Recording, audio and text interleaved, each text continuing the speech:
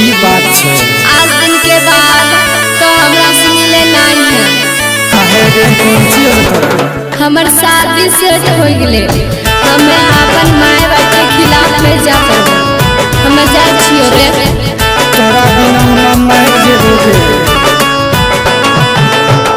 प्यार कैली हमारा से सद कैली दोसरा से के लिए हम कबनिया बरात गे जीते जीनी किया तू हमके मुमैनी छोड़ के जब जैनी ससुराल गे जीते जीनी किया तू हमके मुमैनी छोड़ के जब जैनी ससुराल गे।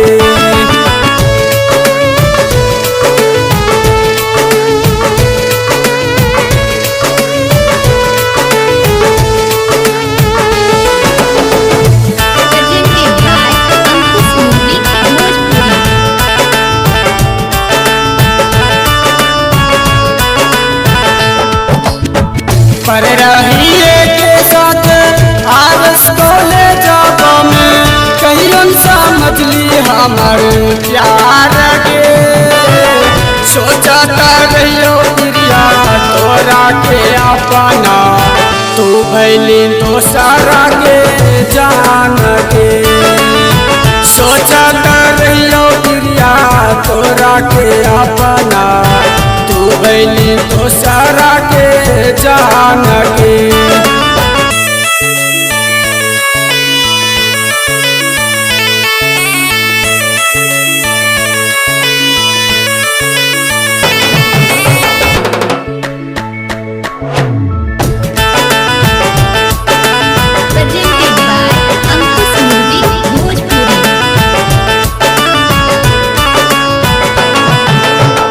कुंदन दीवाना हरदम सोचता रहो करमी तू हमारा से प्यार गे जीते जीनी किया तू हमके मुमैनी बन जैनी दूसरा के जान गे जीते जीनी किया तू हमके मुमैनी बन जैनी दूसरा